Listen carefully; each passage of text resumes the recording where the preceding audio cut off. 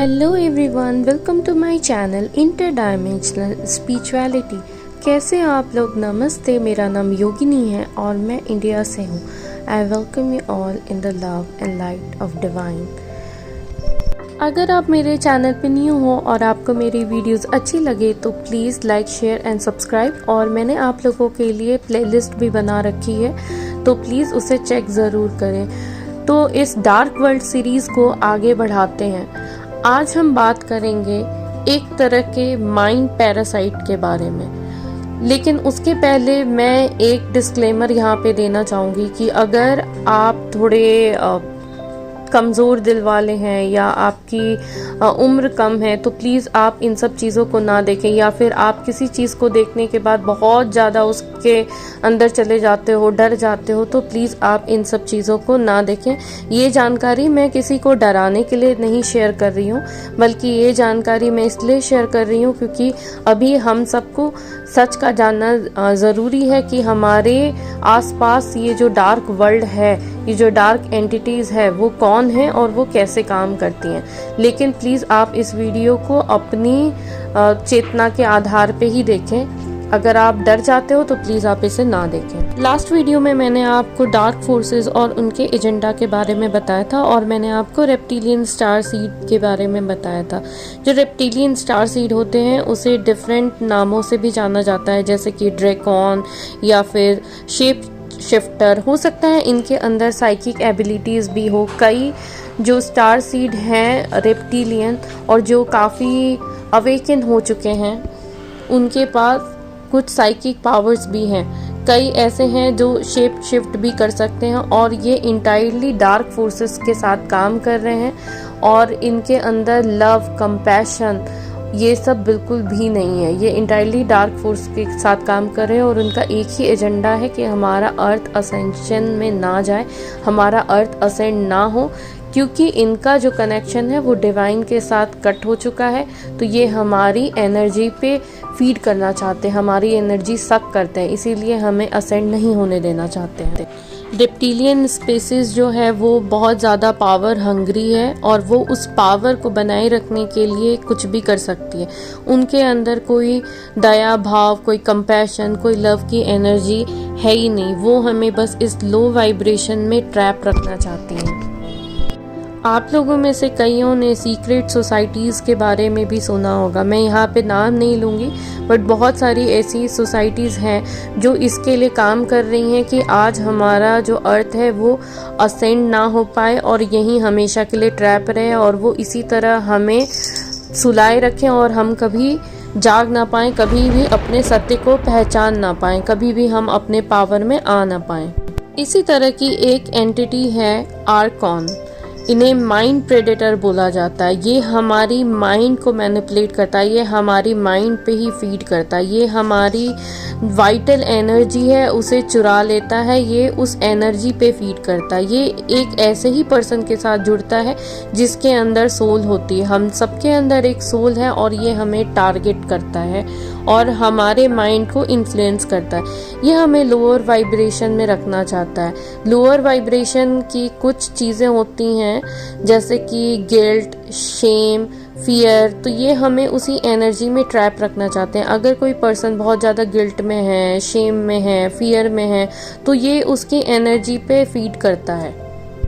आर्कॉन्स की कोई बॉडी नहीं होती, ये हमारी तरह नहीं दिखते। ये सिर्फ हमारे ऑरा में जो होल होते हैं या फिर हमारा वीक ऑरा होता है। कई ऐसे लोग होते हैं जो बहुत ज़्यादा इम्पैथ होते हैं और दूसरों के दुख दर्द को सोख कर लेते हैं। उस तरह के लोगों से ये बहुत जल्दी अटैच कर लेते हैं अपने आप को, और फिर उनकी एनर्जी को सक करना शुरू कर देते हैं, और फिर उस पर्सन के अंदर ये अपने निगेटिव पैटर्न डाल देते हैं। यानी कि उसके अंदर बहुत ज़्यादा ये गिल्ट, शेम और फियर डाल देंगे।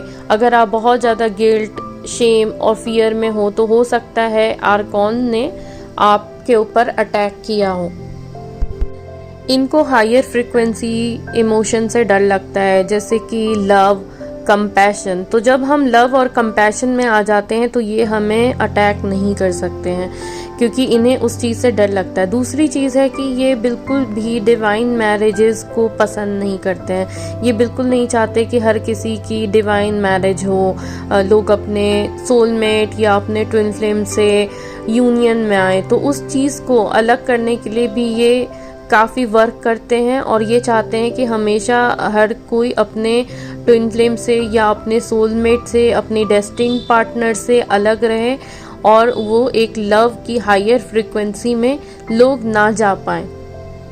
ये विक्टिम माइंडसेट वाले लोगों को बहुत पसंद करते हैं, क्योंकि वहाँ पे इनको वो सब कुछ मिलता है जो इनके लिए रिक्वायर्ड है, इनके पनपने के लिए ज़रूरी है, जो है शेम, गिल्ट, फियर।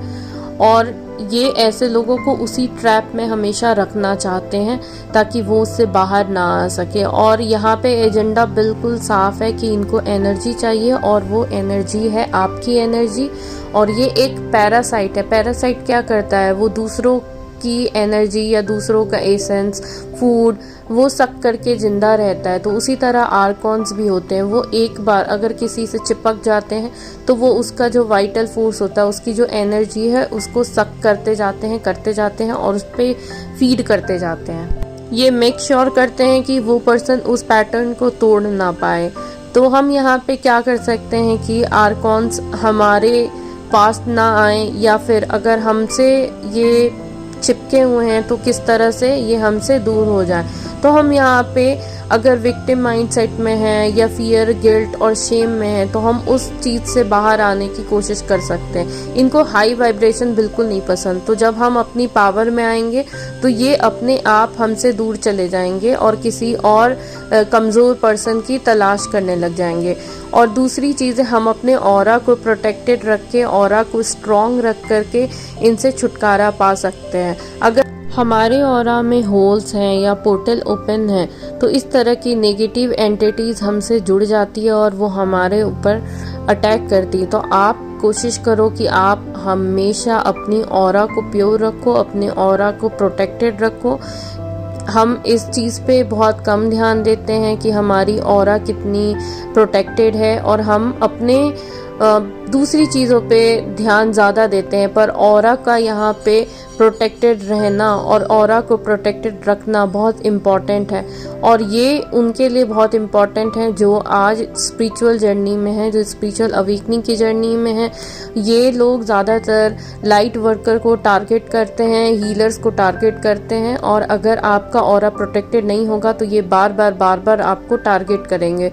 तो मेक श्योर कि आप हमेशा एक प्रोटेक्शन में रहो। ऑरा हमें प्रोटेक्ट करता है और उस ऑरा को प्योर रखना हमारा काम है। दूसरी चीज़ है कि अगर आप इस तरह के पैटर्न में जाते हो, एक विक्टिम माइंडसेट में चले जाते हो या कभी फियर, शेम और गिल्ट के इमोशन में जा रहे हो, तो आप कोशिश करो कि आप बहुत देर तक उस इमोशन में ना रहो। Let it pass. और इनको, आर्कॉन्स को, इनको माइंड पैरासाइट को बिल्कुल भी पावर मत दो। इनको जब आप पावर नहीं दोगे, इनको आपकी साइड से जब कुछ नहीं मिलेगा तो ये आपको अटैक नहीं करेंगे। आज जब हम इस स्पिरिचुअल असेंशन की जर्नी में हैं, जब हम यहाँ पे अपना इनर वर्क कर रहे हैं, हम अपने ऊपर काम कर रहे हैं, हम अवेकन हो रहे हैं, तो उस चीज़ को प्रोटेक्टेड रखना हमारे लिए बहुत इम्पॉर्टेंट है। और अगेन मैं यहाँ पे बोलना चाहूँगी कि ये वीडियो का मकसद किसी को डराना नहीं है कि हम इस इमोशन में चले जाएं कि अरे इन्होंने हमें अटैक किया होगा, ऐसा हुआ होगा, वैसा हुआ होगा। नहीं, हाँ ये चीज़ें हैं, बहुत सारी चीज़ें हैं, बट हम अपने पावर में आ करके हर चीज़ से लड़ सकते हैं। यहाँ पे मेरा एकमात्र इंटेंशन यही है कि आप लोग सब इस चीज़ के बारे में अवेयर हो। अगर हम अवेयरनेस में रहेंगे, हम अपने पावर में रहेंगे, तो कोई भी पैरासाइट, कोई भी नेगेटिव एंटिटीज़ हमें बिल्कुल छू नहीं पाएगी और हम अपने जर्नी को आराम से कंटिन्यू कर पाएंगे। तो आशा करती हूँ कि आज का मेरा ये वीडियो आपको अच्छा लगा हो। अगर आपको अच्छा लगा तो please like, share and subscribe, और कमेंट सेक्शन में बताना कि क्या आपको इस बारे में पता था। मिलते हैं नेक्स्ट वीडियो में। बाय।